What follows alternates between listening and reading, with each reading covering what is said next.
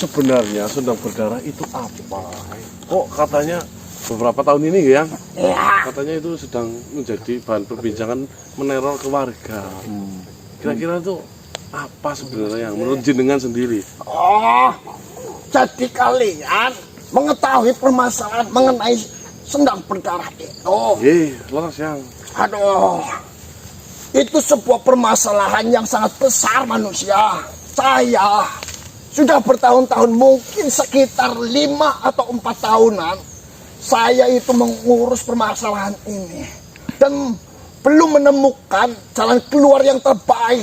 Saya sudah menemukan jalan keluarnya, tapi belum bisa menyelesaikan. Abang pusaka yang buat nggak bisa untuk menyelesaikan sih? Dibilang bisa atau tidaknya, sampai detik ini itu bisa menangkal, bukan untuk menyelesaikan. Jadi seperti ini, kau ketahui sendiri bahwasanya di sini itu bernama Desa Kondangwangi. Asal muasal dari nama Kondangwangi itu juga berasal dari sumur itu, yang dulunya sumur itu sebenarnya mengeluarkan bau yang sangat harum, yaitu wangi. Makanya desanya diberikan nama Desa Kondangwangi. Gondang itu kan pohon ya, pohon kerintil. Iya. Makanya di atas sumur kan ada pohon yang berbuah itu ya. Benar ada. Pohon gondang itu ya. Nah, setelah beberapa tahun kemudian, waktu mulai berjalan dan di akhir-akhir ini, mungkin sekitaran 5 tahunan, itu terjadi permasalahan yang besar di tempat ini, di Desa Kondangwangi ini. Apa itu yang? Jadi banyak jasad-jasad yang bangkit dari kuburnya, banyak jasad-jasad yang bangkit dari kematiannya, itu menyerang para warga. Apa tujuan mereka menurut Eyang? Kalau menurut saya, tujuan mereka bangkit itu ingin mencari mayat dan memakan mayat itu. Mencari dan memakan mayat? Benar. Jadi jasad-jasad itu bangkit, memburu para warga lalu dibunuhnya dan memakannya. Dan hal yang paling hal yang paling besar di sini itu mereka mencari anak-anak perempuan. Memang bukan hanya anak perempuan saja, banyak warga yang sudah menjadi korbannya. Tapi yang paling utama itu mereka mencari anak perempuan. Dan anak perempuannya itu pasti kalau mau membunuhnya itu makannya bagian leher terlebih dahulu sampai patah.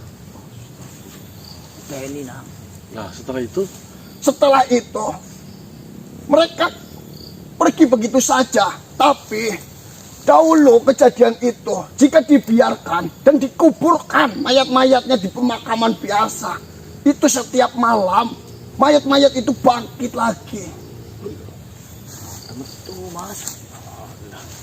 Bahaya berarti yang... Ya, itu memang sangat bahaya. Dan kejadian itu terus berlalu sampai detik ini. Cuma di sini saya sudah menemukan cara untuk menangkalnya. Menggunakan pusaka yang saya miliki, saya berhasil untuk menemukan cara agar mereka tidak bangkit. Dengan cara apa itu ya? Yaitu saya membuangkan semua jasad-jasad yang bangkit itu, saya bunuh kembali, saya pisahkan badan dan kepalanya. Setelah itu saya buang di sumur berdarah itu. Oh, berarti jika jasad itu dipotong, dipisahkan kepala dan badannya, lalu jasadnya dibuang ke sumur itu lagi, itu nggak bangkit? Itu tidak bangkit untuk setiap hari, tapi tetap akan bangkit di malam-malam yang tertentu. Lalu ini yang kami sempat melihat mayat-mayat itu pada berjalan menuju sumur lalu masuk ke dalam, hilang. Tapi kita nggak nemuin bekasnya itu. Ya memang mayat-mayat yang bangkit itu dia akan tetap mencari warga yang lainnya untuk dijadikan korban. Lalu jika memang misinya sudah selesai, dia akan kembali ke sumur itu. Dah seperti ini yang jika saya mendengar cerita dari Eyang sendiri, katanya desa ini saja diambil namanya dari sebuah sumur yang jadi masalah yang berbau wangi. Kok bisa-bisanya sekarang sumur yang tadinya wangi sekarang menjadi bau amis? Ya, karena setiap mayat ataupun jasad yang sudah menjadi korban di desa Kondangwangi ini dibuang di sumur itu, makanya jadilah banyak darah, bau busuk.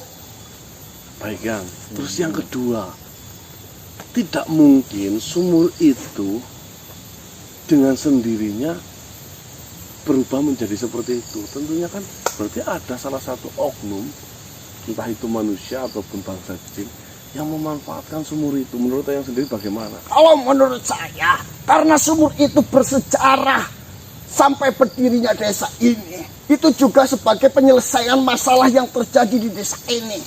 Awal mula kebangkitan jasad-jasad itu datang ke desa kami, saya belum mengetahui itu disebabkan oleh apa.